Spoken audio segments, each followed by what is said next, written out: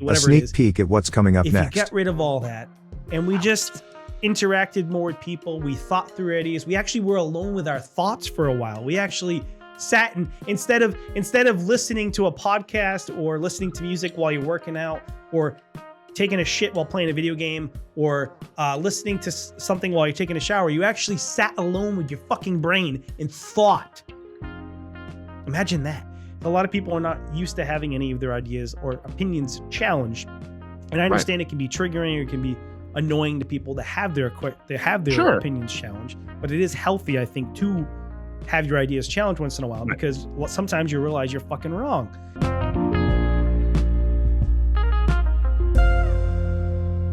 Welcome to another episode of On the Spectrum podcast. Very special episode this week. I am remote. I'm actually recording from my house and Steve's at his place. And due to the fact that, unfortunately, I got COVID over this last week. So we're kind of having to do this a little bit of remote. So thank you very much for kind of accommodating that. That'd be much appreciated. But as I always do at the beginning of every episode, me and Steve do not presume to be experts of anything. We are just two human beings on our wonderful journey of understanding ourselves, understanding neurodivergency, as well as understanding what it means to be a late diagnosed autist. Hi, Steve. Hi. All right. So what's on today's topic? What's today's topic? Well, you may have noticed that over the past week and a half or 2 weeks, I've been kind of playing hermit or been in hermit mode. I've been kind of avoiding doing things with people and going out in public. They were, I went out for my family Thanksgiving dinner, but I really didn't want to do that. And I went to visit Lauren, my girlfriend's dad in the hospital up in Boston. But besides that, I've been mainly staying in. And I've been thinking about a lot of different things. And one thing that's been on my mind is the idea of like being supportive or being kind. And maybe that's not a good way to phrase it. Ultimately, what it comes down to is like giving people compliments or saying nice things to people. And I wonder if other people who are on the spectrum have a similar issue where you don't give out a lot of compliments or you don't say a lot of nice things to people. And maybe you find it hard to find a place to give them, maybe timing or making it situationally appropriate. And then maybe when you do actually give them out, people are less likely to believe you, or either it's awkward or weird, or they don't believe you because you don't really give them out very often. So they think you're just, blowing smoke up their ass. So it's kind of like that whole idea of people not really taking it seriously when you do say something nice to somebody, but also I think that like I give out compliments and say nice things very sparingly. And I think there's a few reasons for that. One is a lot of times to me, it feels fake if you're just saying that something nice to somebody. And if I say something nice to somebody, I want it to be actually sincere. But on the other hand, I look at, a lot of friendships and relationships I've had over the years. And I tend to, I've been around lots of people who like to say nice things to me or give me compliments or say nice things to other people. And I wonder if because we don't reciprocate a lot of that it makes those friendships and relationships hard to maintain. And I feel like because I don't show enough interest in other people's lives and give them, kind of pick them up in a way or point out the nice things about them, that maybe that's the reason why I've struggled to maintain a lot of friendships, or at least a contributing factor to it. And it very well could be. And I completely empathize with what you're saying, because I myself have had the struggles with that over the years. I don't think I'm amazingly good at it as of right now, but I've gotten much better at it. And it is definitely one of those things that folks like us have tendency to struggle with, is that reciprocation of things, right? Like in their world, in the NT world, right? They say nice things just to say them. And granted, me and you hear them, or other people on the spectrum will hear it and it sounds disingenuous, or it sounds fake or a lie. And some of that is because they just kind of throw out compliments as if they're handing out candy on Halloween, right? Yeah. It's here, have one, have one, have one. And so Well, you don't really know if it's true. And then even for us, there's a level of that too, I think, for even us. I think I have a good example. Yeah. Well, Go ahead. it's not like an amazing example, but it illustrates the point. So we Okay. used to do karaoke quite a bit. Yeah. And sometimes, so if somebody came up to me and they said, "Oh, you know, you have a great voice," or "I like you singing that song," you know, depending on it, kind of depended on, I guess, the song and partly my performance. So if I feel like I did a pretty good job, I'll take the compliment. But there's times when I get up and I do bad or I butcher the song, and someone says, "Oh, you sound great," or "You did such a great job," and I'm like, because I don't believe him. Like, you're full of shit. I sounded like crap. And that's kind of how I feel. But the same thing, like, I won't tell someone else, "Oh, you did great at a song," if I think they did shitty, but I also don't want to tell them they did shitty. But I'm like, "Hey, you sound like shit. Hey, you sound like ass." I'm not going to say that because it's rude. But at the same time, I'm not going to be like, "Yeah, that was awesome. You sound great." Like, if somebody Right. has good energy, maybe I'll say like, Right. "Oh, you know, that was great energy," or whatever. Like, you know, like if they, because karaoke is not all about like how good you sing. It's about having fun. It's about entertaining the Right. room. Like, there are people who are great at karaoke who aren't like amazing singers, but they know how to pick up the room, or they pick songs that are fun, you know. So there's that aspect to it as well. You don't have to go into karaoke and be a professional fucking singer. Right. You just got to have some level of performance to it, some level of, drawing your crowd in a little bit. That's, and we've talked about this before, but that's one of the things that I dislike about working with theater people is they're always so quick to say, "Oh my God, it's such a great job." No matter what the person did for a performance in a scene, even when rehearsing, "Oh my God, that's so great. That's so great. Oh, you did such a great job." Even if the person screws up their lines left, right, and center. I'm not one of those people either. I won't give a compliment just to make somebody feel better, right? Well, at the same I think token, you're setting somebody up for failure in that way. I think on the same token, when there is something nice to say about somebody, I sometimes struggle to uh I struggle on that side too, like to find an appropriate time to say something, Mm, or to say something at all, because maybe I'll notice that, hey, this person's doing a good job with this, but I don't say anything. right. Or, hey, this person's great at this, but I don't say anything. And so that's something I also struggle with too, is like actually opening my mouth to say something when somebody maybe does deserve some recognition or a compliment. Right. Um, I don't know. Years ago, I used to look at it this way. I used to try to find the right time to tell somebody they did well. I used to try to find the right time to tell somebody that I appreciate them for what they've just done, or just in general to tell somebody I appreciate them for who they are. And then somebody said to me, because I got frustrated with it, and I was having a moment. I was with a buddy, and my buddy goes, "Is there ever really a good time or a right time to tell somebody something good?" And that in itself made me kind of think about it, of like, I'm always looking for the right time, but it's true. Just say it to them. If you have the thought, if you want to say something to somebody, show some appreciation, or show some love to somebody, just tell them whenever. Well, Um, sometimes I wish I so I could had to be. change up my thinking.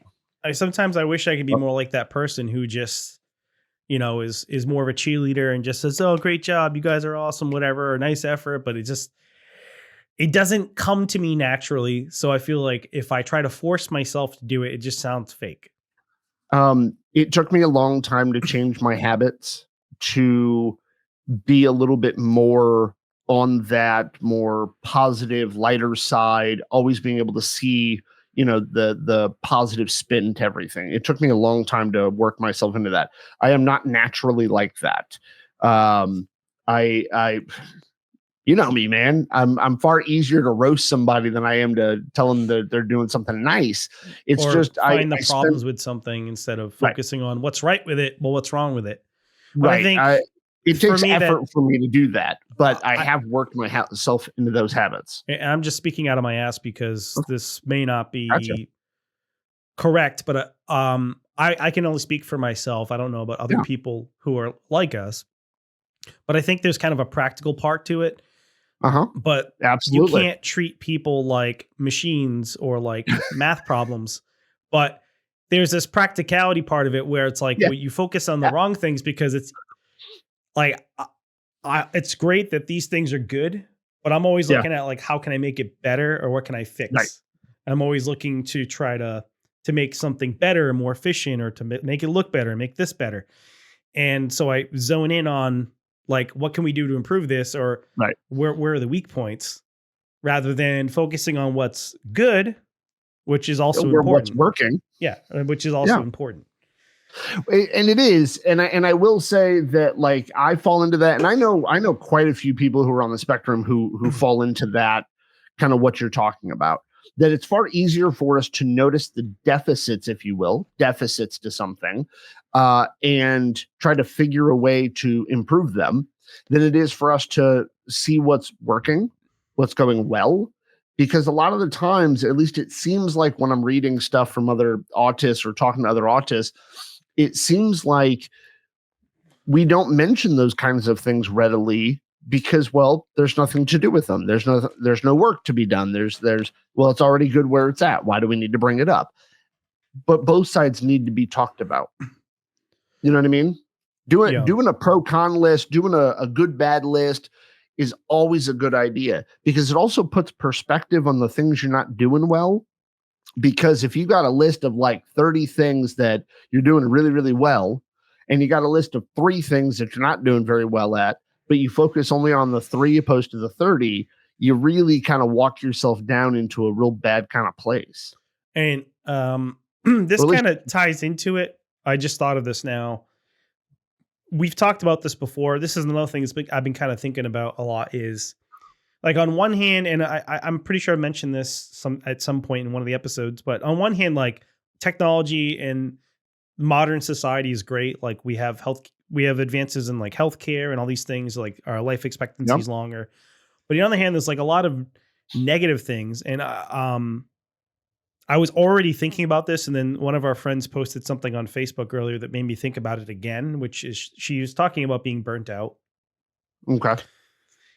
And I think a lot of it has to do with like um we live in such a fast-paced world, and we have these complex jobs, we have complex machines, we have all these complex things, we have mortgages, all this shit to worry about. Right. And I think biologically, humans are not made, and I don't mean made like by a god. I just mean like we're animals, right? And we're not Yeah. made for the world that we live in. So I feel like we have evolved beyond our biology. We're past where we're. So I think the reason why, because this is a neurotypical person talking about like depression and burnout. Mm-hmm. I think like it wears down on people because I don't think we're Yeah. made to handle all this shit. We have so much shit to worry about.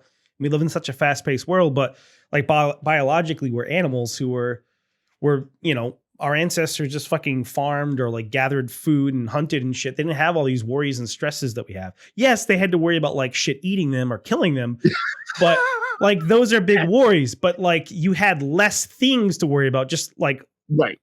well, there's all these. It's not about like how severe the things are. It's just how many things we have going on, and like all these stupid things we worry about. Fucking bullshit holidays and Christmas shopping and Thanksgiving dinner, and I gotta buy all this shit, and I gotta fucking pay my mortgage, to pay the gas bill. I gotta pay that. I gotta go to work. I gotta get up at fucking 5 a.m. and make my coffee and shave my asshole and all this stuff. That like human beings, I feel like we're not made to deal with this shit. And not only that, that's why we don't stop and think about this shit. It's going back to what you were talking about, as far as people sitting down and actually weighing things out and making a pro con list. I find that like over the last 20 years, I've stopped really thinking about things as deeply as I used to because I have all these distractions. I have my phone, I have TV, I have computer games. And I used to think about things more deeply and sit and like actually think about shit and work shit through in my head, take an idea, break it apart. You know, the way philosophers and people like fucking Jung and all these fucking guys used to like just sit around and think about shit. Nietzsche, all these people, Freud, all these like, proto-intellectuals from the turn of the century and all these people who would sit around and just think about shit. We don't do that anymore because we have too many fucking things that distract us. And we don't make decisions, or we don't come to ideas or form opinions based on any of our own thinking. We're just listening to what people fucking tell us to do. Yeah, and so did they to a degree, because they also had social influences and conditionings and all of these other things on top of all the natural stuff that comes along with being human and having the mind that we have. And you're right, there are a lot more stresses now, and there's a lot more shit to pay attention to, because like hell, when we were back, just having like small little villages and people were fucking farming for the most part. Like, I can't imagine there was a whole lot of men and women who were super concerned with how they look. I mean, yeah, right? you had to worry about that itself puts a lot of stress. You had to worry on about getting up and like, getting the eggs from the chickens and farming, but it was all basic. Just like, yes, they had more disease. Yes, there was lots of bad things about living in those times. Yes, but at the same time, life was just simpler. And I feel like that's what I'm saying. There's, on one hand, technology in a modern world is great. On the other hand, it sucks. Like, why do we worry about all this fucking shit that's not important? Yes. Like, I have another topic I wanted to bring up, and it kind of segues into it, but I don't know if I want to get into it right now. But it's just like, I've been verbal diarrhea, just like spewing all of these thoughts onto you. Yeah, that's some of my favorite conversations with you, is when you've got something in your mind and you just got all these different pieces that you're talking through. Like, it makes sense to me, but I'm jumping from topic to topic, but they're related in a way. At least related to me. I can hear the connectivity to it. I'm with you on it. I'm with you. I will say this. A lot of the distractions that we have nowadays, and this I don't know how people are going to react to this. I don't know how you're going to react to it. I actually find that the fact that we have so much more information at the ready, that at any given moment we can look up anything we want, as much or as little of a certain topic as we want. I actually find that to be partially an issue. And the reason why I say it that way is because surface level. What? Because it's just surface level. People don't actually take time to think through it or read deeply into it. They just, like, you read a couple sentences on Wikipedia, or you read a headline of an article, and you're like, oh, see, as long as you confirm whatever your opinion is, you're fine.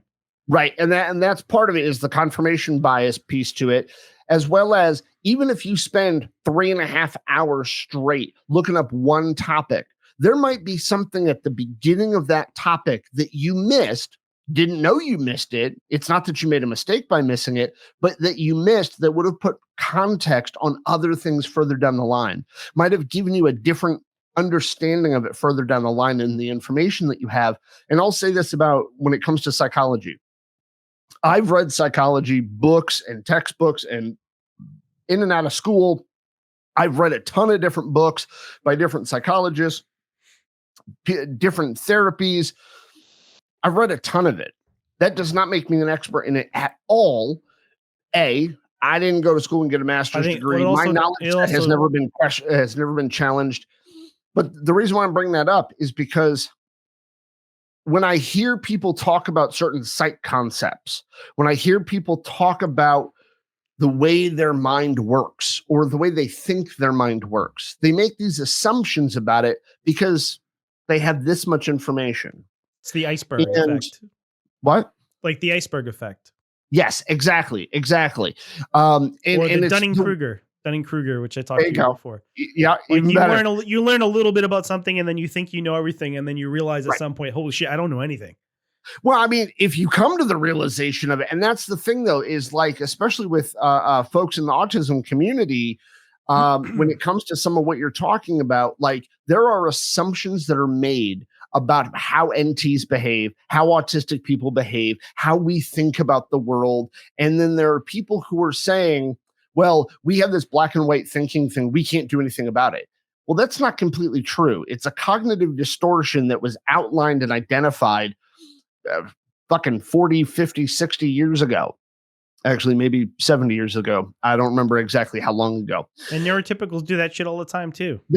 because we're all human. I mean, base premise, we're all human. So there are certain things that cognitively we all do. And we've talked about that, about how like social media kind of exaggerates, or it exacerbates it. Exacerbates a lot of that, the all or nothing, because of the tribal nature of it, like people falling into their little camps. And me and you were kind of unique in the sense of, like, me and you were more than willing to read what other people have to say. We don't just read to confirm what we believe. We don't automatically only read stuff that, you know, is similar to what we already know. We actually go out of our way to read other people's points of view and to look up things that might challenge what we just read. Not a lot of people actually do that. At least from my experience, not a lot of people actually do that. But we do.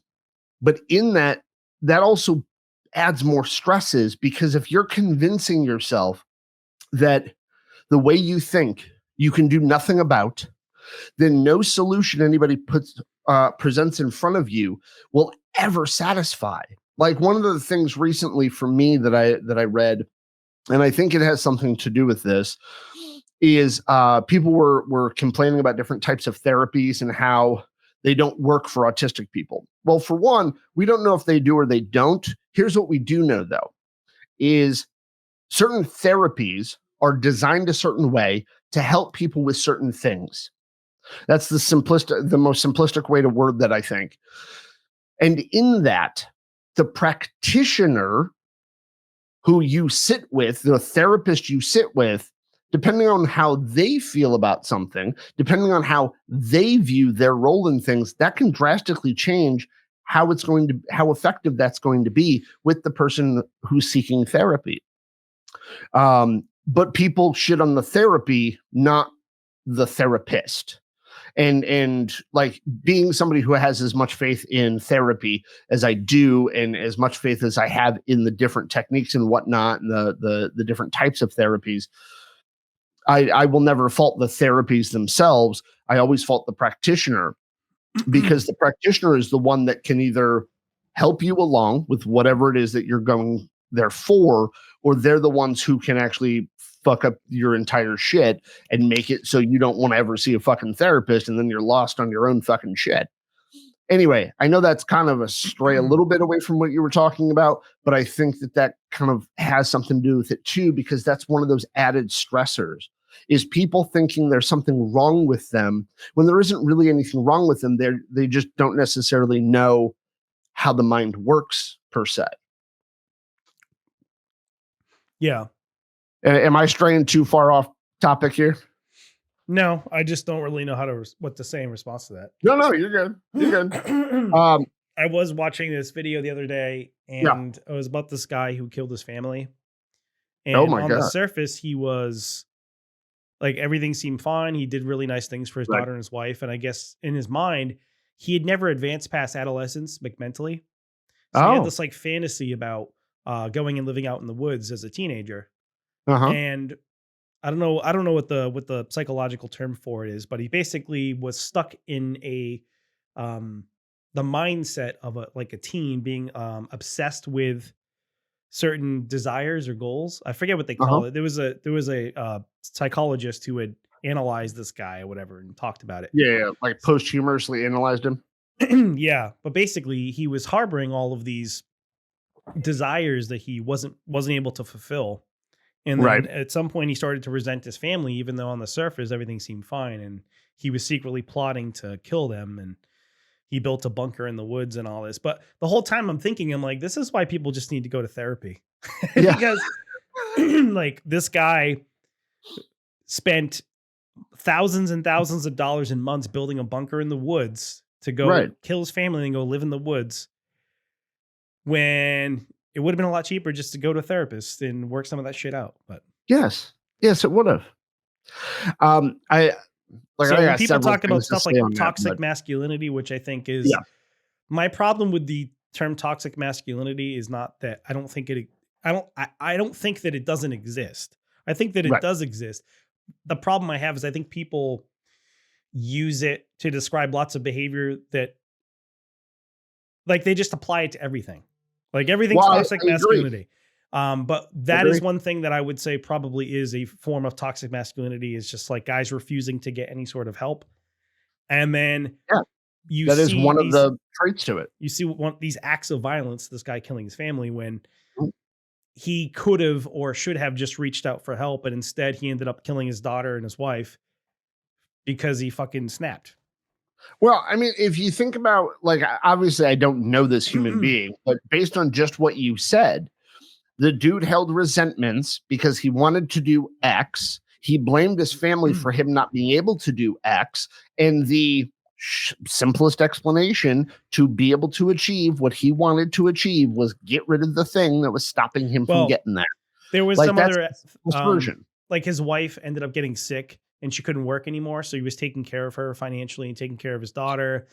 And Oh, he started to resent because like he was making all this money and all the money went to his wife and his daughter. And I guess he was secretly resented the fact that he wasn't able right. to do any of the things that he wanted to do because he was basically stuck in a situation taking care of them. And yeah, I That's mean why that's a self tough care is so damn important. that's a tough I'm situation to be in, but at the same very. time, like you should go talk to somebody about it. But Yes, you should. You should identify the fact that it is stressful as fuck for you, and seek out help. there's Even if it's going and talking to a buddy and just being like, "Holy crap, I don't know what the hell is going on." so Like, it's come on. there's a YouTube channel called Explore With Us, which is where I watched this video. And the reason why this particular one is very interesting is the guy documented all of it. He documented What? he documented all of his time building the bunker in the woods. He documented Oh all the time crap. before he killed his family, and then he documented, no, he didn't document it afterwards, but he documented everything leading up to the murders. So Holy crap. they have all these videos of this guy talking, like working through his thoughts, and it was like the camera was like his therapist. He's like talking out loud to this camera, and there's nobody around. Right. He's in the woods, just talking about all these things that are bothering him. Oh shit. So that's what made it interesting. Yeah. I mean, the downside to, talking to a camera or journaling, the downsides to those is there is no feedback. Like, Yeah. there's no one to kind of point out in your words or in the words that you just used, like, where your thinking might be going astray. And I don't mean wrong. I don't mean that your thinking is wrong per se. I just mean where there could be an issue in the thinking itself. Because sometimes we talk ourselves into some shit. Oh, well, that's an example of that, actually. So going back to Yeah. people not really Yeah. thinking about things, Right. the other thing that's really been on my mind. So this kind of has a long setup, so it's kind of complicated. Okay. This is topic number 2. Many years. Yes, it's kind of, it's Yeah. not related to the compliments thing, but it is Okay. related to the whole, we were talking about people not really thinking about things, or Yeah. pro con list or whatever, working through ideas. Right. Sorry. Many years ago, Hmm. I used to be, this is going to seem like kind of weird topic to bring up. I used to be very pro death penalty when I was younger. Okay. Many years ago, I changed my mind on the topic. And a lot of that had to do with different things I learned, and also just kind of a moral question. So you can look at it from different ways. One is like the moral question: is it right for us to do it? Is it wrong? And then there's some of the practical, like, is it cheaper to keep them in prison, or is it cheaper to put them on death row? And then the other practical question is like, well, what if we kill somebody who's innocent? Hmm. There's a television show I used to really like, and I've been watching it again recently. It's on Amazon, or it's on Premiere Plus. What is it? Premiere Plus? Is that what it's called? What? Paramount Plus. Sorry. Oh, Paramount. Yeah. Yeah. It's on Paramount Plus. It's a Showtime show. It's bullshit, Penn and Teller. Oh, yeah. If you've never watched it, I would recommend watching all of the seasons. They're all really good. You might not agree with all of it, but they have really good, I think, well thought out takes on things, and they do research about all the topics they cover. But one thing they said during the death penalty episode, where they were talking, they're against the death penalty. They're like very libertarian. So they're pro gun, but anti death penalty, and like pro Second Amendment, like pro prostitution. So like they're a lot of, like, it's hard to put them in a box politically because they're just generally pro, like, hey, stay out of people's business. Yeah. With the death penalty, Penn said something that I hadn't really thought about before when it comes to the death penalty. And what he said was, if there's been this was when the show was filmed, which was like 2000, this particular episode is like 2007, 2008. As of 2007, 2008, there had been 121 people that we know of who had been taken off of death row because we found out that they shouldn't have been there in the first place. Okay. We don't know a figure of how many people have actually been executed who shouldn't have been. I don't know the number. But what he said was, if the state kills somebody who doesn't deserve to be killed, the state is killing that person on our behalf. Uh-huh. So that kind of makes us all culpable. If you live in a state or you support the death penalty, that kind of makes you culpable in the murder of an innocent person, which I hadn't really thought about, because we always think about the state as like an entity, or the government as an entity, but the state and the government are representatives for us. And when a prosecutor prosecutes somebody and a judge sentences that person to death, they're doing it on behalf of the people, on behalf of the state. And if we kill an innocent person, those people are culpable in that. It makes us culpable. It makes us responsible for that person, innocent person's death. And I hadn't really thought about that before. I thought about like the not killing an innocent person thing, but I never thought about it from the perspective of it's our responsibility because they're killing that person on our behalf. Right. We voted people into office. Those people made laws. They support said laws, and somebody is executing somebody based on that law. Yes, we all have a responsibility to everything that happens in the country itself. But the reason I wanted to talk about this and why it ties into some of the other things is there's kind of this knee-jerk emotional response a lot of people have when it comes to things like crime and punishment. And I believe we have talked about on that previous episode, maybe about prison, about how people kind of see it as a punishment rather than like rehabilitation. Yes. Yeah. And there's this idea that like an eye for an eye, kind of like the Bible, I don't. Yeah, the Old Testament eye for an eye. Yeah. Well, that's how people feel. They feel like if you murder somebody, you should be killed as well. And a lot of people feel that way. I don't know if you were to poll it now, I know like many years ago, let's say like going 15, 16 years ago, it was about half of Americans, or 50 to 60% of people supported the death penalty.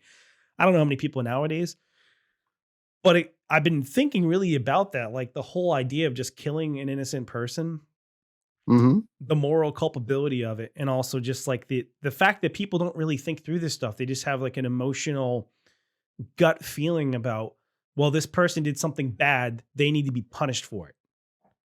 And I don't like that. Like somebody going and doing something horrible, I don't think morally, and this is just a question of your opinion or morality, I don't think that is enough to justify killing somebody else. I also found out some fucked up stuff about some of the methods of execution that they use. Oh, okay. Like apparently lethal injections. The process was invented by a Nazi, and the first part of lethal injection is they give you this sodium something or other that's supposed to like knock you out. So you're supposed to be unconscious. The second part of it is they give you something to stop your breathing, stop your lungs. Yeah, it's a paralytic, if I remember correctly. Yeah. And then the third part is they give you something that stops your heart. The chemicals, I don't remember what the chemicals are. But apparently, there was a study done years ago, and they looked at, I think, like 50 or 60 people who had been executed by the death penalty by lethal injection. And they found that like 40 something of the people had not been given enough of the sedative, so they were awake for the whole thing, which means they're laying there for 2 or 3 minutes with their lungs and everything paralyzed and unable to react or respond and show that they can't breathe, but they're just sitting there suffocating and unable to move. Yes. Which I think is kind of fucked up. Yes. And by many laws, if you were to compare laws in most states, it's actually more humane the way we put down animals. Yes. Yes, it is. Than the way we put down people. There's actually more laws and regulations on putting down euthanizing animals, like in a hospital, versus the way that we put down human beings, because they don't always check to make sure the person has enough of the sedative to actually be knocked out unconscious. No, they just give them an amount. The reason they found that out was they did autopsies on a lot of the people. So they put them down, they execute them, and then they do autopsies. And there Right. was a study done on a bunch of autopsies of people who had been, and they found that a majority of them were not even given enough sedatives so that they were awake for the whole fucking thing. But they couldn't Yeah. show you that they were awake because they're paralyzed, Right. which I can understand. Like, some of these people are probably fucking horrible human beings, but just the fact Sure. that we're doing that is fucked up to me. When we're supposedly on the higher moral ground, and yet we're essentially torturing this person to death. Yes. Like, Yeah. you imagine just laying there being strapped down and not being able to move, and just your lungs stop and you can't do anything. Yeah. I years ago I used to make the joke that a bullet's cheaper. Yeah. It's also far more humane Probably. to shoot somebody in the face. If you were to than shoot them in the do head, some of these other things. if you did it correctly, they would die Right. pretty much instantaneously. Yeah. Yeah. Versus the lethal injection, if you fuck it up, they're basically just suffocating and they're awake the whole time. Yes. I mean, with electrocution, voltage passes through the body until the body stops. Yeah, and they botched it and fucked it up a bunch of times in different cases where Right. there was a guy who they executed by electric chair, and they did something wrong and his head caught on fire, and the Ooh. skin from his head melted onto his t-shirt Oh, before he God. died. Oh, my God. Well, I mean, Sorry, honest it's to just God, something like- I've been thinking about a lot. Like, all these, we talked over the last few episodes a lot about like morality. Yeah. We talked about these are like common themes of things we've been talking about for the last few weeks, Right. but it's just something that's been on my mind, is like the way treatment that of other people. Yeah. like That's all what we these talked about. these fucked up things that we do to people. Right. And mean, it even ties into the stuff going on in like the Middle East and just how we dehumanize people. Well, because it's so, and this is going to sound probably effed up, but it's easier to other somebody and just call them the name of that group than it is to identify them as a human being. In lesser forms of this, people talk about the government. The government is doing this or that to them. Well, the person who works at the town hall, who's part of government, they didn't have anything to do with some law that Congress passed. Right. But yet people are like, "Oh, you work for the government. You work for the man. The government did this." Well, that government is made up of a whole lot of people who work for it, who didn't have nothing to do with whatever it is you feel the government did against you. But people still take it out on them because they're part of the government. Same thing, like people talk really, really shitty about like CEOs of companies, but they never really call them by their name. They just call them CEOs, those billionaire assholes, those 1%ers. Once we give somebody a name like that, a label, if you will, we can immediately write off whatever we're saying as those people deserve it. And it's the same kind of propaganda bullshit that caused people to turn on their neighbors in Germany, that caused people to turn in their Japanese neighbors here in the United States to put them in internment camps. It's the same kind of bullshit. It's stripping somebody of their individuality, their humanity, the thing that makes us all the same. Isn't that just so we can isn't that shit why on a them? lot of people kind of fear collectivism in a way?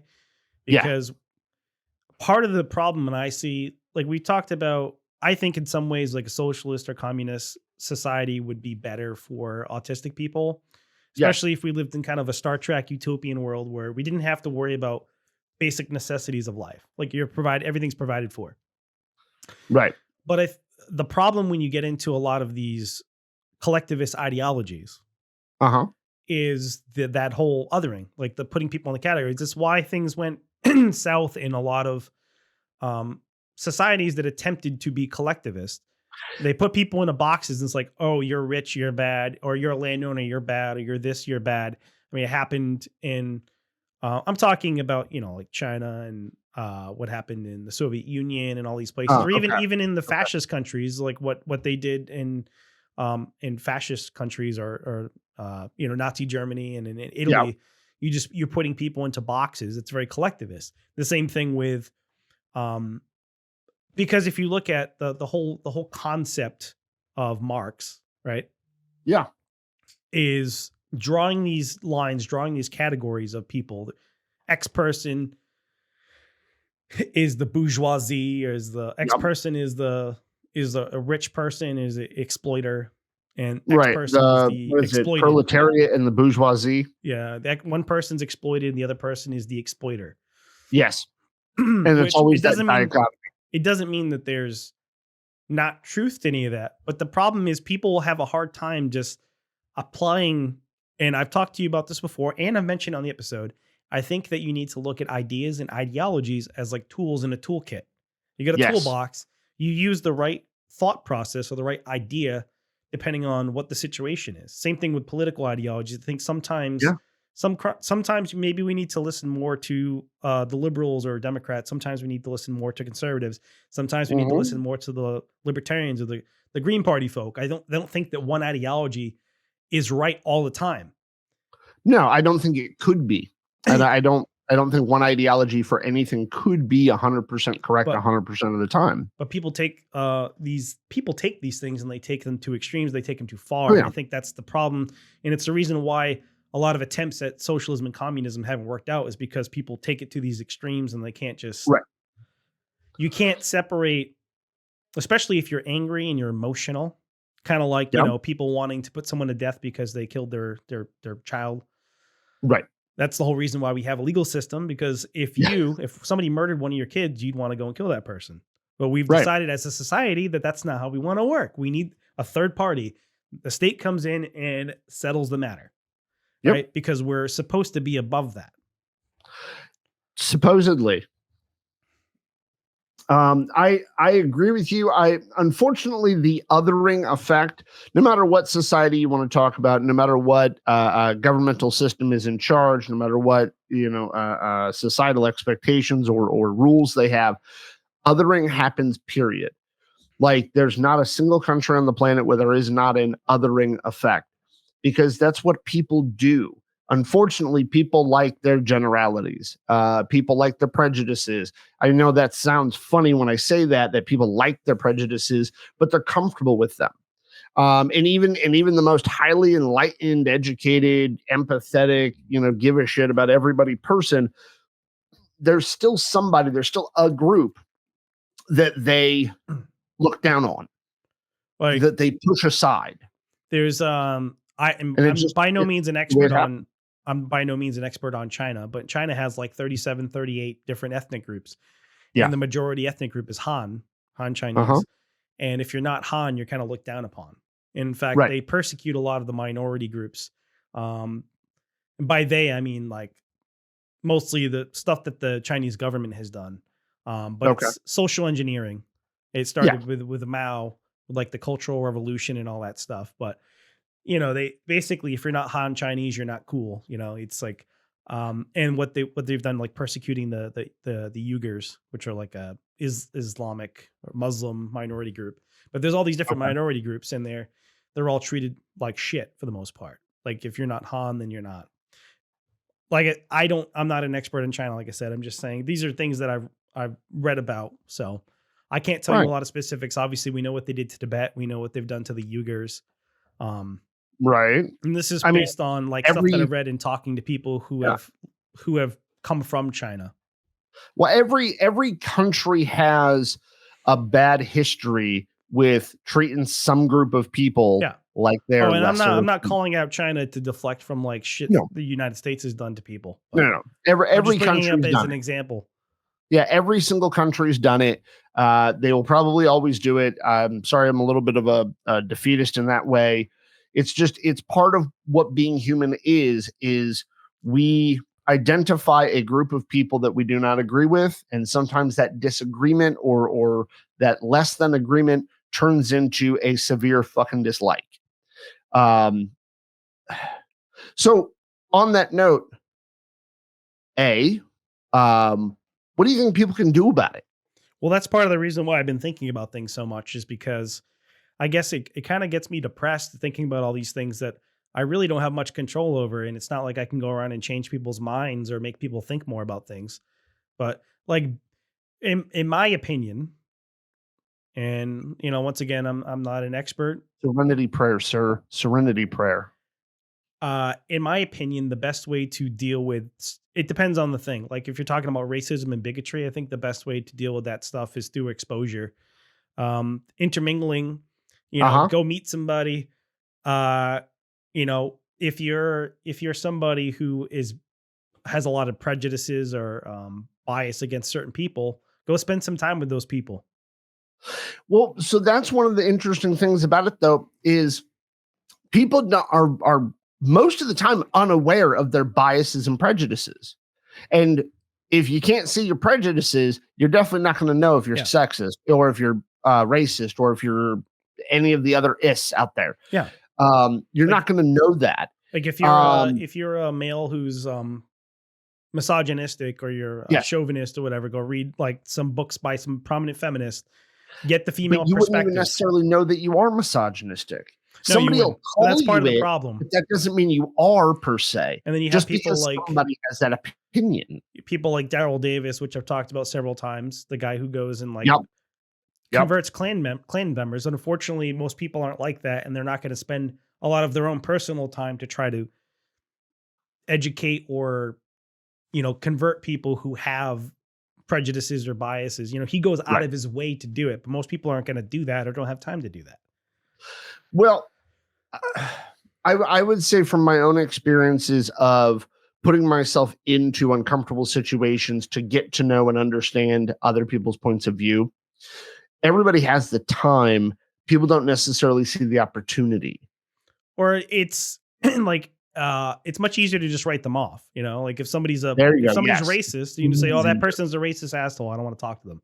Right. It's way easier for us to say, I'm right, you're wrong. That's all there is to If it. somebody's But misogynist and we say, "Hey, how come you treat women the way you do?" And they're like, "What do you mean?" or right, whatever, talking, having a conversation with them, or because usually, it doesn't happen overnight, right? You have a right, conversation with somebody, but it usually takes some sort of olive branch. You have to actually have a conversation with the person, listen to their points of view, and try to figure out where it's coming from, and then plant a seed, plant an idea yeah, in their head, and then that idea kind of festers and it grows. Kind of like right. What Daryl does with the Ku Klux Klan members. If somebody's Uh-huh. listening and hasn't heard me talk about him before, he's a really cool guy. He makes friends with people in the Klan and collects their hoods once he becomes like their best buds. He basically makes best friends with all these Klansmen, and then he's a black guy, obviously. He's a black guy, he makes friends with all these Klansmen, collects their hoods, and then they stop, like, they can't be racist, they can't be members of the Klan anymore once their best friend is a fucking black guy. They're like, oh, well, I'm a fucking idiot. But most of these guys who are in the Klan, they don't know any black people. They haven't had any black friends. They haven't really been exposed to it. They just Right. look at black people from a distance. Yeah. Well, I mean, I will say that that's one thing a lot of folks who live in larger cities, a lot of the younger people who live in rather densely populated suburban and urban areas, they don't understand that there are parts of this country where you can go 100 miles without finding somebody who is of a different ethnicity. Yeah. I mean, and I don't even just mean different race, even just different ethnicity. There are parts of the country, especially like the Midwest and the mountain area and the central mountain area. There are towns, tons of towns where all it is mostly like Polish German immigrants who founded those towns, and those families just kept living there. And there's not a whole lot of new people in that area. So, like you being somewhat Portuguese or me marrying into a Portuguese family, if we went there and talked about anything of that culture of Portuguese, like fuck, they'd be like, whoa, what do you mean? Ooh, what are you talking about? Mozambique shrimp. Like it would be drastically different than what they're used to. Yeah. And so, like, but there are still places in this country where it's like that. And so It's like going to everything that is, Canada and putting seasoning on your food. yes, exactly. Exactly. Yeah, you're right there. A little bit of pepper, maybe. But there are, and on the flip side of that, there are places in the country where the only reference to country music, to like country living, rural living, is references to people being racist, Yeah. right? Like that's the other thing too, is there are people on all sides of this who do not have exposure to anybody else, but they're also not seeking out the exposure to learn of anybody else. Now, to tie this into our population, people who are on the spectrum, and we read this stuff a lot, they kind of don't seem to understand the NT world super well. I know me and you have our own struggles with dealing with NTs at times, or other people who have other different neurodivergencies. And the thing about that is, we can only know what we have. And if we're not stepping outside of our own thought process and trying to figure out from their point of view, and the only way to figure out from their point of view is to ask them. But if we're not doing that, we're going to continue to be lost in it. And actually, I read somebody earlier today who said, why do we have to be the ones who are always having to change what we do? On one hand, we have to change and we have to learn their way because we are the minority. Because there is not a hell of a lot of us. Okay. For one. Two, well, it's also more pragmatic. That's where I'm going with it. It's easier to that's where I'm going with that. It's easier for us to try to alter some of our behavior rather than try to explain to everybody, or to get people who have no exposure to autistic people to explain and get them to be okay with adjusting to certain things, because they don't know. They're ignorant on it because they don't know. But I think it's more of a give and take. I think that there needs to be more general knowledge and awareness. Maybe people just need to learn more about it. And I don't know what the solution to that is. Maybe just over time, they teach more about mental health in school. Maybe they need to teach more about different conditions that people have, whether it not just being on the spectrum or neurodivergencies, but just maybe just mental health things in general. Just this person has this, or people who have this condition, and somebody who, So the down, and I, in a general way, I agree with you, and I've seen people talk about that and discuss how that would work or whatnot. But every time somebody talks about that, I get left with the same thought, which is this: if you describe any mental health difference, any difference in autism or ADHD or bipolar, schizophrenia, any of that stuff, if you describe the diagnostic criteria to somebody, because there's really no other way of describing how people who have these differences are going to behave, or what to look out for, or what they go through. If you describe it to somebody, that's all they're going to know. They're not going to know all the different variations, all the different, nuances to all of it. Well, I think that's where the culture comes in too. You can't teach that. But what we can teach, though, is we don't have to teach specifics. What we can teach people is an understanding of humanity first, of we are all human first and foremost. Here's how humans behave, and we come in a wide range of variety. And so that might be something we teach, because that's something that, and for once, I'm going to use this statement, that's not something I learned in school. A lot of people say that about history stuff, but to me, that's something to truly focus on in middle school and high school, is teaching people that people do not come in 3 flavors, that Baskin Robbins is really how humanity works. 31 fucking flavors plus. Yeah, but I think that the culture helps with that kind of with as far as when it comes to autism and neurodivergency and mental health differences and all that. The culture, pop culture in particular, helps with that stuff. It's us doing a podcast like this. Well, yeah. If we had more mainstream appeal, let's say we slowly start to branch out and cover more topics, and we get more neurotypical people listening to it, but also keep autism as a running background theme or something involved in it. Yeah. But people get more exposed to some of those things. It's having more realistic autistic characters in TV shows and movies that exposes people to some of those differences. And yeah, it's not you're never going to have a perfect representation for all autistic people in a movie or anything, but just the general exposure to people who are different, it helps you empathize and helps you learn more about those people. Yeah. If you sit around and you make fun of people who are DD, right? Uh-huh. But then you watch a movie, or you get really invested into a show, and one of the Right. prominent characters is DD, maybe you feel a little more sympathy, a little more empathy, because it exposes you to more about those types of people that maybe you hadn't really thought about before because you didn't take the Yeah. time to think about it, or you didn't take the time to invest Right. any emotion into it. Right. That's why when I talk about exposure, it's exposure in different ways. I think the best way to get over that bullshit is to go talk to those people. Like, you know, Absolutely. you used to like to go to tent cities and talk to people on the street or talk to homeless people. Get out and fucking meet people. I mean, well, that's difficult for a lot of autistic people, is going out and just talking to people, because I don't like doing that either. But I'm talking about just people in general, just being exposed to people who are So different than them. that's the other thing too, is like when people talk about making change with some of this stuff, when it comes to like our expectations, our understandings about other people, everybody said, oh, excuse me. I'm so sorry. I was trying to hold that. I couldn't hold it any longer. Anyway, okay.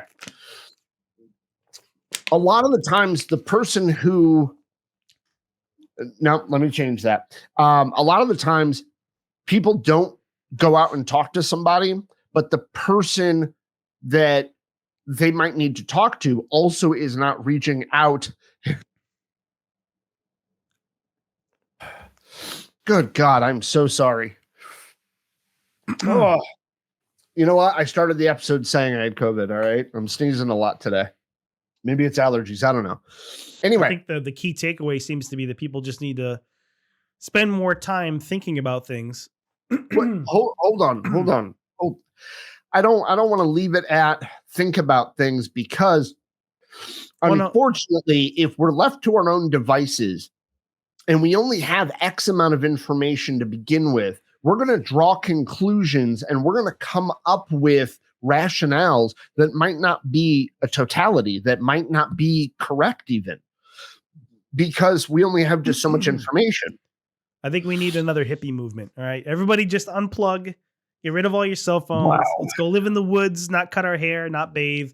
Kumbaya around a fire. We'll pick berries. We'll hunt meat. All right. I'm just saying, like, You know, I feel like because of all the, hold on. No, what I talked about earlier with all the extra stressors and all the extra bullshit in people's lives that they worry about that's not important. Yeah. What if we actually lived in a more utopian world where a lot of this bullshit that we worry about that's not important was gone? We didn't have to worry about all this other shit. Like some of it, like if you didn't have to worry about a lot of financial stuff, you didn't have to worry about watching the new season of fucking Gordon Ramsay, whatever it is. If you get rid of all that and we just interacted more with people, we thought through ideas, we actually were alone with our thoughts for a while. We actually sat and instead of listening to a podcast or listening to music while you're working out or taking a shit while playing a video game or listening to something while you're taking a shower, you actually sat alone with your fucking brain and thought. Imagine that. Yeah, that didn't really help nobody in the past. Hold on. And no, I'm not against what you're saying, because I think people need to have time to themselves where they do step away from some of that jazz and actually think. Yeah, I agree with you. People need some fucking time to fucking get to know them fucking selves, because we've got way too many distractions now. But all of those grand pontificators that you brought up at the beginning of all of this, all of those philosophers and psychologists and shit, or even people like Einstein, or even people like Einstein, like a lot of the ideas he did a lot of it in his head. He had time to sit and think about shit. He was also a fucking slob, but. Yeah, I was about to say, dude also had some social issues. In fact, some people are automatically putting him in the world of autism anyway. Dude wrote shit constantly. Like, he wasn't really left to his own thoughts.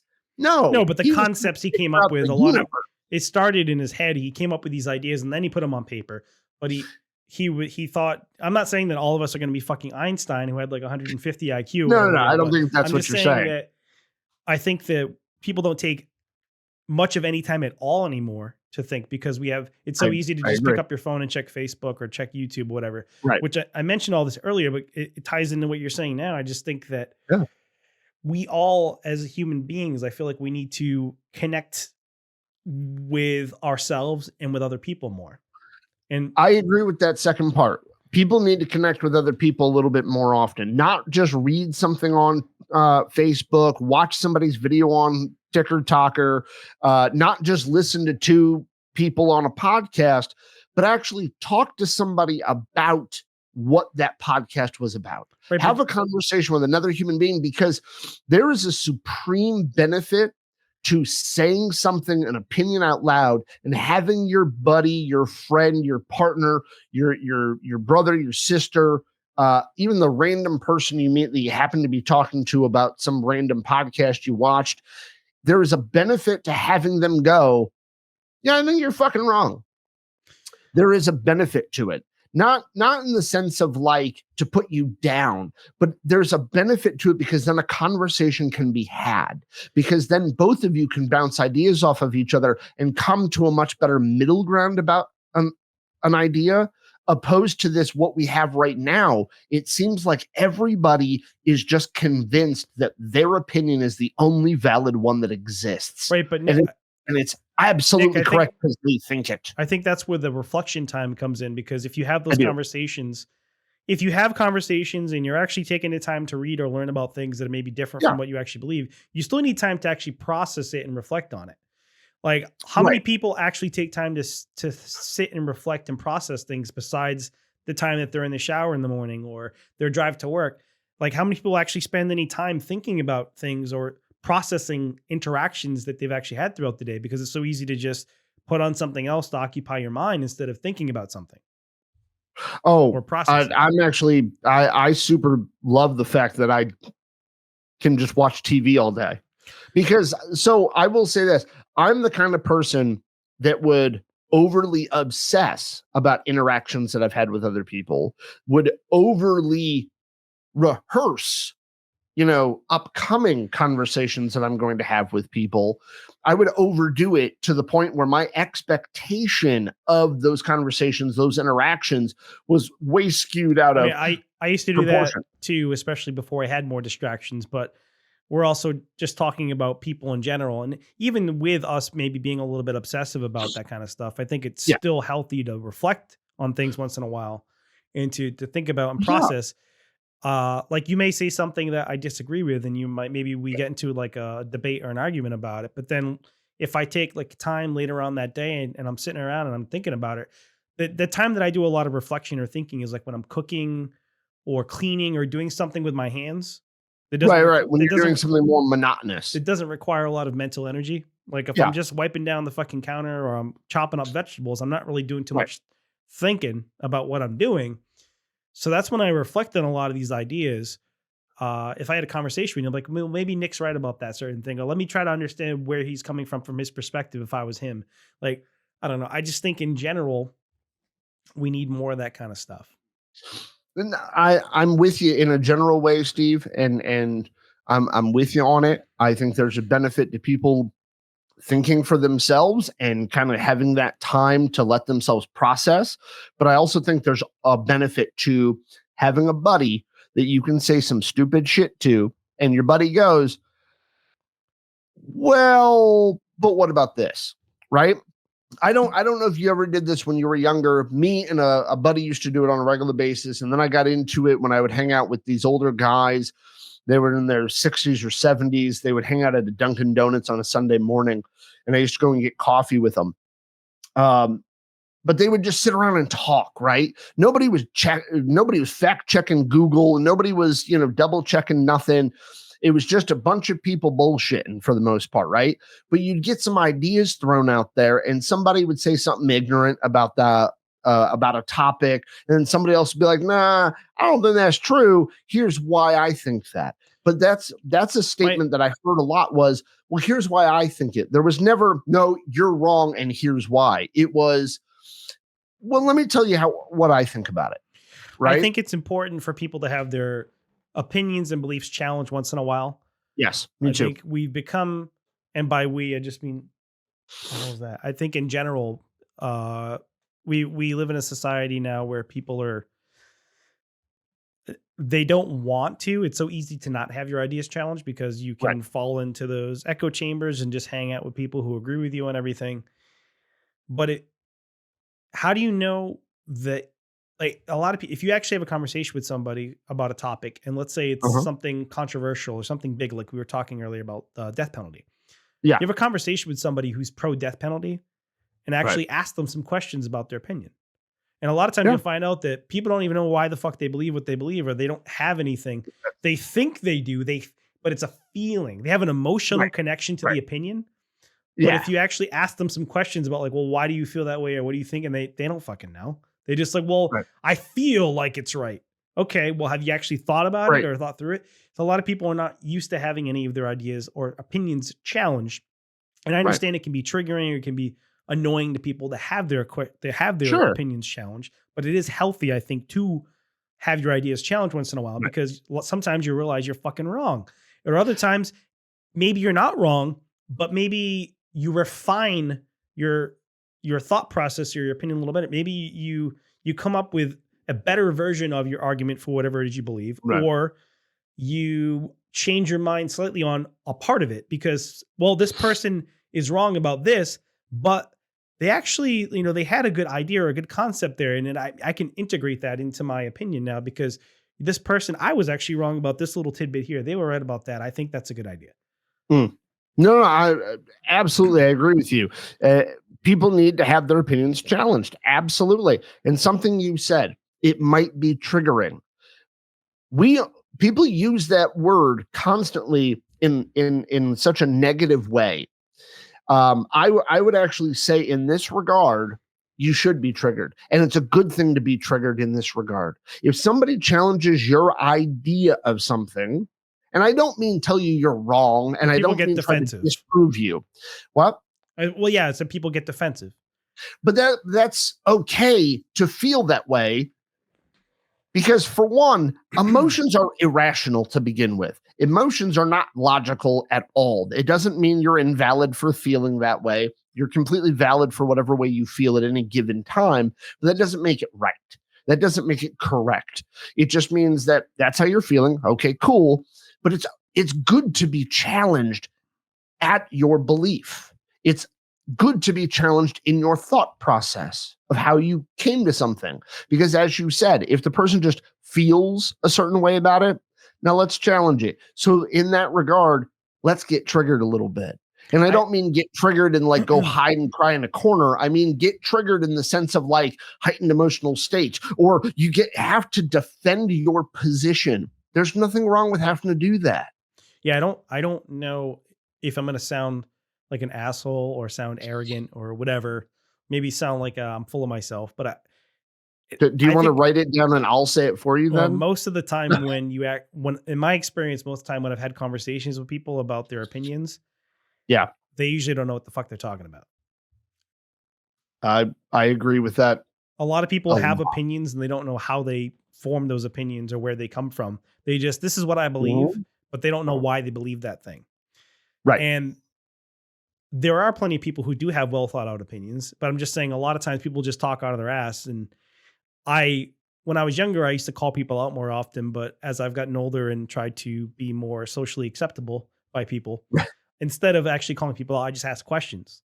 Like if Yep, somebody me too. says something fucking dumb, I'll ask them a question about it. Oh yeah, you mentioned that, and I'll just ask them questions, but sincerely, but trying to figure out like why the fuck does this person think that? Yes. Yeah. And then a lot of times you'll realize that they don't fucking know why they think that. They just think that. Nope. They just believe it. How come? Well, it's just the way I feel. So you have no real reason for it. Got it. Um, yeah. No, I'm with you completely, Steve. I really wish people did that far more often. And I'm not saying by any means that I am perfect in that, or that I'm super No, thought out with everybody does it. everything. It's a human thing to do. Yeah, it's You just get human to emotionally do. attached to an idea or an opinion. Right. And when somebody says something that goes against it, you're like, Right. no, Well, I you're mean, wrong. Why am I wrong? I we, don't know, but you are.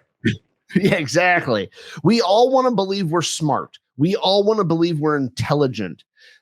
The thing about it is, no human being is singularly intelligent. No, I we're don't intelligent in speak for certain yourself. topics. I'm omnipotent, Ah, yes, you are. You're omnipotent at all times, Steve. omnipotent, however you want to Um, pronounce it. I don't give a shit. I don't even know how you properly I do am it. Alpha and Omega. I am the first and the last. There's going to be a Christian who's going to be like, he called himself God. No, he didn't. He didn't. He's making a fucking joke. All right. I mean, the joke was that I'm God, but Yes. But everybody thinks that they're smart, right? And that's just it, though. We are all ignorant at times for certain topics. We're all dumb as shit when it comes to certain things. Okay. And it's okay to be that. It's okay to admit and accept the fact that you are ignorant about certain shit. And in fact, it's been my experience that as humans, there is far more we don't know about a fuck ton of stuff out there than we know about things. And so we need to accept and understand that we are fucking ignorant. And it's okay that somebody else has a little bit of knowledge more than we do about a certain topic. That doesn't make us dumb. That makes us dumb about that topic, but it doesn't make us dumb as people. You know what I mean? Do you see the distinction I'm making with that?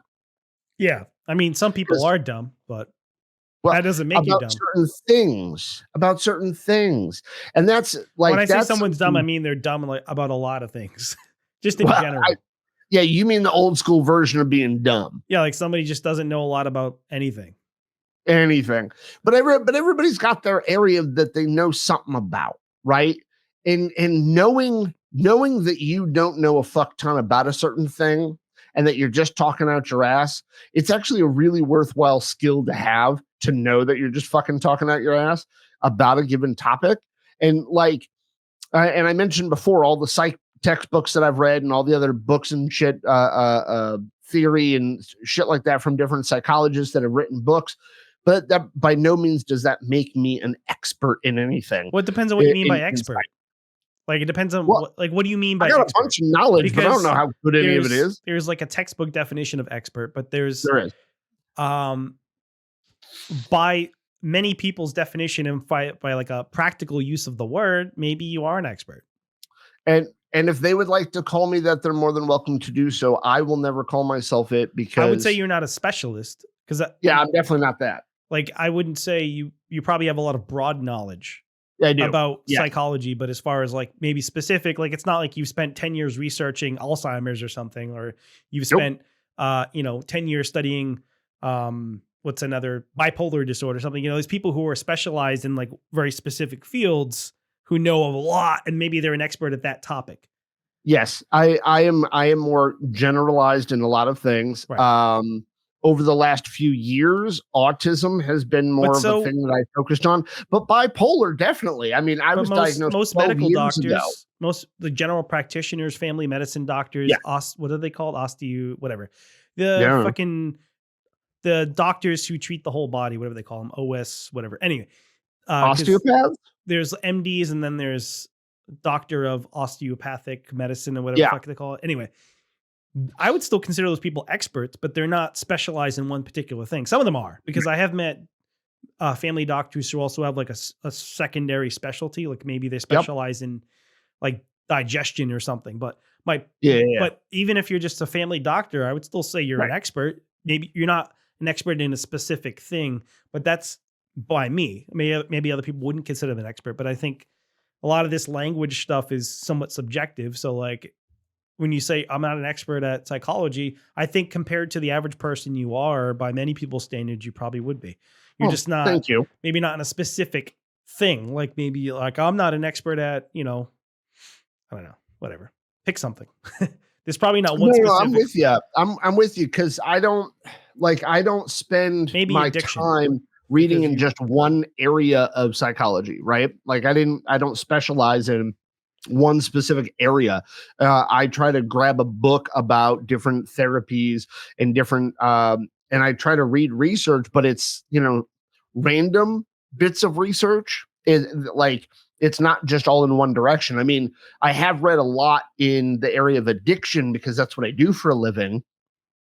So I think I have more in that general direction, but I by no means would I say I'm an expert in any of it.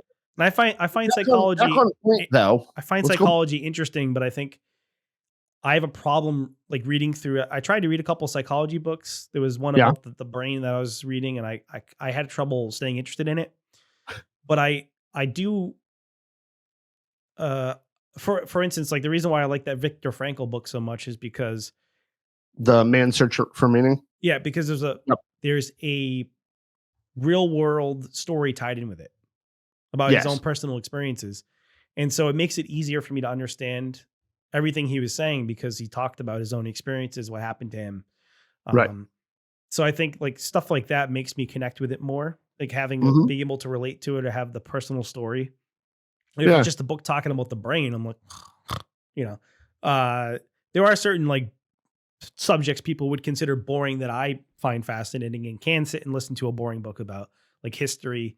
I've listened Mm. to a lot of books about history where people would just be like, that's fucking boring. I don't listen to that. Or certain subjects in science, not psychology, but like, anything about physics and like space. I find that shit interesting when they're talking about like stuff beyond my fucking understanding when they're going into like all these complex physics. I'm like, I'm listening to you. I don't know half of what you're saying, but that's fucking interesting. See, and that's where I get really bored. Physics happens to be one of those things. Physics and engineering, like I'm gonna call it what it is. The hard sciences, Well, I I sent get you bored as fuck. that weird video clip I get about the bored way as that hell. Yeah. photons behave, the wave Yes. experiment. That's fucking fascinating to me.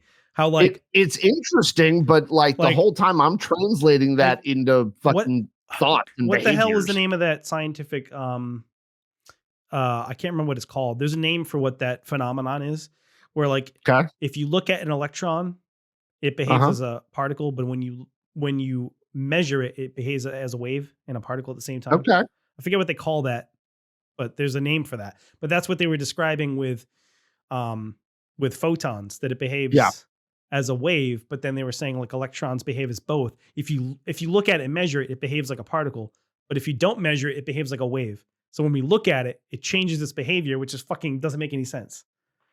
And that's why Or some maybe the people, tools in which we have to measure are not quite good enough because to they be able to measured it measure. both ways, but Uh, that's why some like these are brilliant people. There's brilliant fucking yeah. physicists who think that that's part of the one of the contributing factors to why some people think that the universe is a fucking simulation, Oh, because okay. there's weird things that happen that would lead you to believe that like this is programmed, like this is but anyway, I don't want to get into that because Oh, that's a whole can of worms I don't want to open up right now.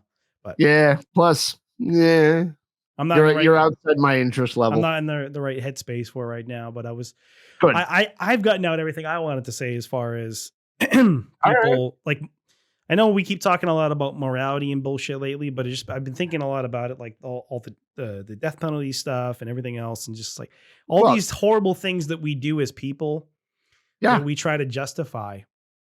right. And when you look at all the horrible things going on in the world, it gets overwhelming sometimes. Like it's out of your control. There's nothing you can do about it. Oh, yeah. So I was gonna say it earlier. I pointed to my cup, and you can't read it, and nobody else can either, I bet. But it has the Serenity Prayer on it. Do you know the Serenity Prayer? Yeah, it's like I don't remember what it is, but basically the gist is like Here. worry about the things you can control. Yeah. Well, let me read it, and I'm actually gonna edit because I don't use. So it was originally written. It comes a lot from AA and stuff, and it says, "God grant me the serenity to accept the things I cannot change, courage to change the things I can, and wisdom to know the difference." Now, usually for myself, when I say this for myself, I don't say, God grant me the serenity. It's basically as a reminder to me to focus on the things that I have control over, Yeah. and not to focus on the things that I can't. I can't affect any war in the world. I can't do anything about the ill treatment of somebody in Chicago right now. There might be somebody getting the crap beat out of them in some major city in the United States at this given moment while we record. There's child sex trafficking, there's Yep, slavery, there's all kinds I of can't do horrible nothing shit about going that on. stuff. Now, somebody will say, well, then who should do something about it? Well, there are people who are working on this. Before I drop my coffee, I am not one of the people who's working on that, but there are people who are fighting that fight, and they choose to fight that fight. Ashton Kutcher apparently is doing a great job at fighting that fight for sex trafficking. I'm not one of those people, But what I can control in my life is A, my own behavior, B, the effect I have on others, and C, this podcast with you. Our improv group. These are things that I have some level of control over. So in that, I'm going to do my best to work what I can, but I'm also not going to put a whole lot of energy and effort and time into trying to fix the world. But I also am not the person for that. Like my ex-wife, who does focus on trying to change state policies in the state of Maine Macro to stuff. help. What? Macro. Yeah, she Macro works on too. more macro stuff, but I also care more about like individual therapy. I mean, to put this in the context of what we went to school for, I focus on individuals and how to help that individual then influence the world, right? She focuses on policies of the state government, how to help people on a state policy level, as well as she believes in the collective helping one another. I believe that if the individuals in that collective can't help themselves, then they're going to be useless to the Yeah, whole. I think both's important. I think so too. Me and her have had that conversation many I a do times think that the you need to individual have is more both. important because I think No, for one, neither are more important than others. I think they're both important. Well, I do think the individual is more important, but I can explain why. I think sure. the individual is more important because for a few reasons. One, if you have enough people who are um, more mentally healthy as a society and maybe in Uh-huh. a good space, or people trying to be the best version of themselves that they can be, it's going Right. to benefit everybody.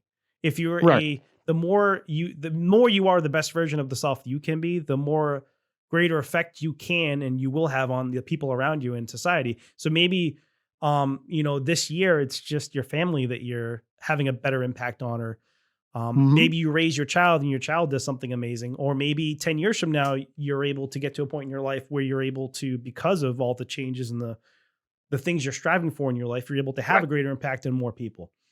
Right. And I think that the statewide thing is important too, but I think that the individual one can have a great effect on other people. And like you said before, if you don't take care of the individual, then if you try to help on a macro scale, Mhm. a lot of people are going to be lost in the weeds or fall through the cracks because they're not getting the Right. individual one-on-one help they need. But if you have enough people, Yeah. if everybody had a therapist and if everybody had somebody helping them, A I don't good think, trained therapist. yeah. So if we had lived in this utopian world they talked about earlier, I don't Yeah. think that you would need the macro scale because everybody would be getting the individual love and attention and Right. whatever that they need. Right. So you wouldn't need that other. So that's why I say I think the individual is more important because I think you have a greater Mm. impact on the individual scale. But I think without that utopian world, you need some of that macro as like a backup. But I see it as like a Yeah. secondary. Okay. It's a safety Well, net. I agree with you on that, but me and you were very similar in that. She believes very strongly that if people had access to the services that she feels they need, then they wouldn't need a therapist because their needs would be taken care of. I do not believe that just because somebody's needs, their basic needs are taken care of, their problems go away. Well, you can. I do believe that How sometimes many we get in our own damn way. how many famous artists have killed themselves? Yeah, but how many of them were rich? Well, Robin Williams, he didn't have Oh, financial you're talking problems. like those kind of artists. Yeah, I'm yeah, saying yeah. how many people who are rich and successful, maybe not like we're not talking about absorbently wealthy, but Right. their needs are met. They have They're everything they well need. off. Yeah. Robin Williams definitely. didn't have to worry about where he was going to get his next meal, but he had Mhm. deep psychological issues. Yeah, he was bipolar. And Yeah. supposedly some Oh, of it had to do and then with he got diagnosed with that form of dementia. well, I thought some of it had to do with his heavy cocaine use in the 70s and 80s or whatever. But All factors contributing. a lot of people say that if you use cocaine heavily for many, many years, and I don't know this, you probably know more because you actually know more about drugs, but I've heard, I don't know if this is true, that if you use cocaine for many, many years, and when you stop taking it, that it fucks with your brain. That like you never really recover after it. Like your brain chemistry is kind of changed to a point where you can't alter it. And a lot of people experience a lot of severe depression that they can't get out of. Well, So it does damage your brain, not completely to the point where it's permanently done. It does recover some of the damage that's done to it. But the brain has an amazing way of getting around damage spots. So what I heard with Plasticity. Robin Williams' case in particular was that Yeah. so he's bipolar, but Yeah. after he stopped doing cocaine, his depression was really bad all the time. Right. And he As it would be. he had a hard time being happy ever. Well, yeah. And I don't know, but some people had said that a lot of people who do cocaine for many, many, many years, that they have a hard time enjoying anything afterwards. Yes. Enjoying life in general. It's some of it probably has to do with that overflood of dopamine every time you use. Yeah. And then, that reward pathway kind of hijacking that drugs have tendency to do. And then it's much harder to feel satisfied or fulfilled in life after the fact. Yeah. But the point is, you have all these, you have a lot of musicians and famous celebrities, usually artists, because usually the artist people, maybe they tend to be people who are maybe a little bit more in touch with their emotions or have strong feelings, which is why they're artists to begin with. They end up killing themselves or overdosing and doing all this shit, and their needs are met and they're satisfied, but they could probably still use that individual attention, or maybe a lot of them needed that individual attention. And even if they have it, they still end up hurting themselves anyway. Well, yeah. I mean, it's not like our society is super great about teaching people how to manage emotions. There's also a lot of shame involved with it too. Yeah. I mean, on one hand of our society, we're told to have emotions, but only just so much, and only at certain times, and only in certain ways. But that doesn't make any sense to how we're feeling. It's kind of fucked up that, like, a lot of, like, when you look at art, whether it be like a movie or a song, it has more of an impact when it's an individual kind of driving most of it. So like in a film, you have a lot of people involved. So I feel like the impact is not necessarily as strong unless there's like one person who's like a strong driving force for creating and making the entire film, who has a vision. But when you have somebody who has a vision, an artist, a lot of that comes from dark areas or pain or strong emotions. Right. And it's weird how like we connect with art because of the emotions that we can, like, either it invokes emotions in us or we empathize with the emotions of the person expressing that art. Yeah. And it's kind of weird how like the best art comes from these really dark and hurtful places. Like a lot of the best songs, a lot of the best books and poetry come from these dark places, from people who have experienced horrible shit. Right. I almost said it's easy to connect with pain, and that's kind of what I mean. We all know what it is to feel loss. We all know what it is to have somebody break up with us. And so we can connect with an artist who is conveying that much easier. Well, on a psychological, well, I guess, what would you call it? Like, if you get into like more of the brain, like the brain itself. I don't know what part of science you would call that, like when it comes neurobiology of it. Yeah, I guess. Well, neurobiology.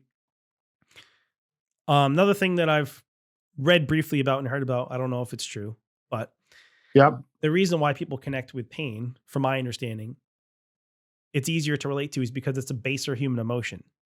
Yes. Yeah. So for instance, like love kind of exists, but a lot of it is also like social and some of it's made up. Yep.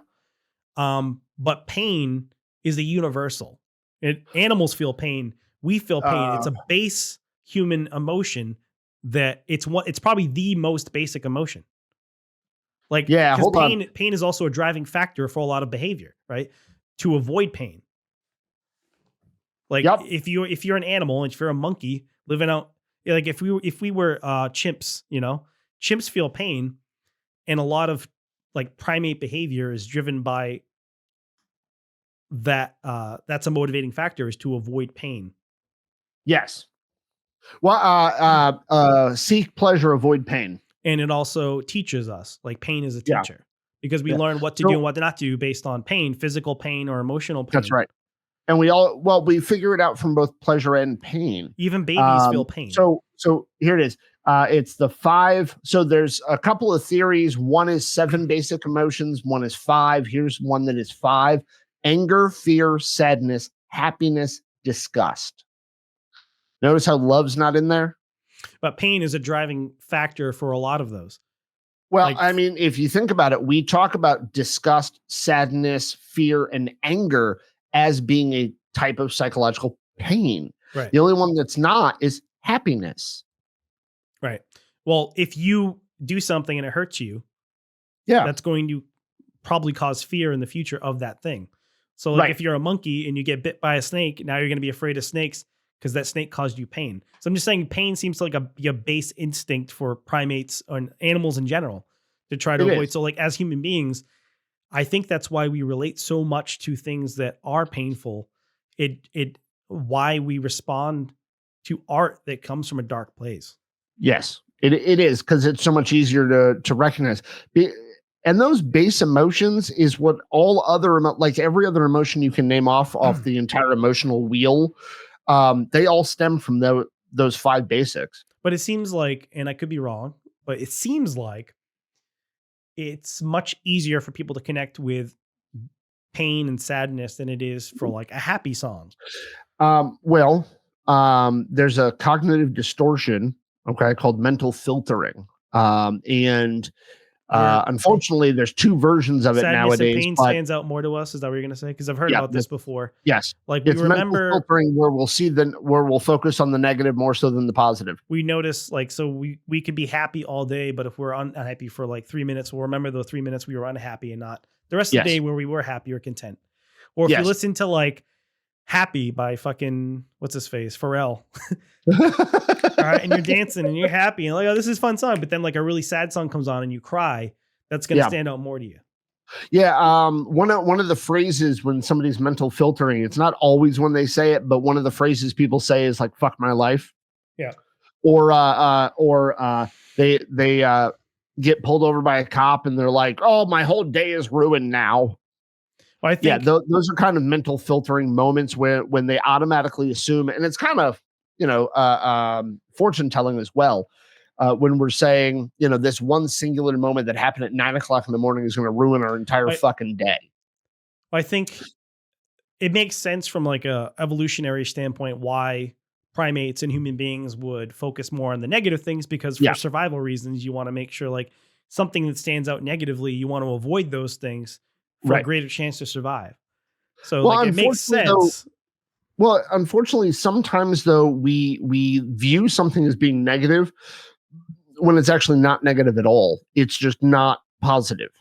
And then that's when we get in kind of that black and white thinking again, where if it's not good, it must be bad. But there's room in the middle there. Like here's an example. When people hit traffic, right? People get really pissy when they get into traffic. Oh man, I'm going to be in traffic now. Well, yeah, but if you had left your house earlier, you might not have hit that traffic.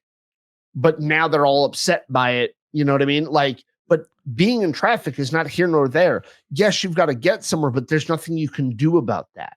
And so to sit there and be upset and just let yourself fester in being irritated because you're sitting in traffic is useless. That's why I'm right? going to invent a jetpack. So I can just that's why you should.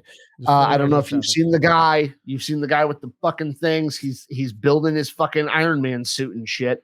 Anyway, but when people sit like road rage to me is completely superfluous. It is pointless to have road rage because you're letting somebody else. What?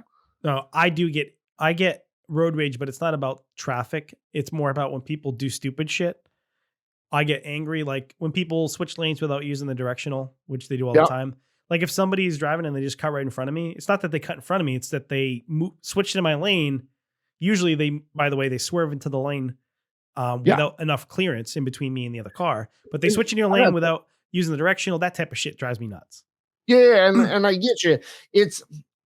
but you don't let that ruin your day. It's not like you're No, I pissy get all angry day for long like because a somebody minute cuts and you then off. I'm fine. I just like, what Yeah. the fuck? And then I'm fine. And that's Look at this that right asshole. there's normal reaction time, right? Like you got a little upset real quick because something happened that you didn't agree with. Or people running out into the street You instead let of it using a go. crosswalk. That fucking Yeah, drives but me then you nuts. let it go. It's when people spend their entire like hour sitting in traffic, pissy as shit, and like the whole time. It's a waste of time and energy, as well as that literally sets up the rest of your day to be heightened irritability, aggravation all day, and you're probably going to take it out on the wrong person. But you're blaming it on the traffic when you're the one who's choosing to act that way in that given moment. Yeah.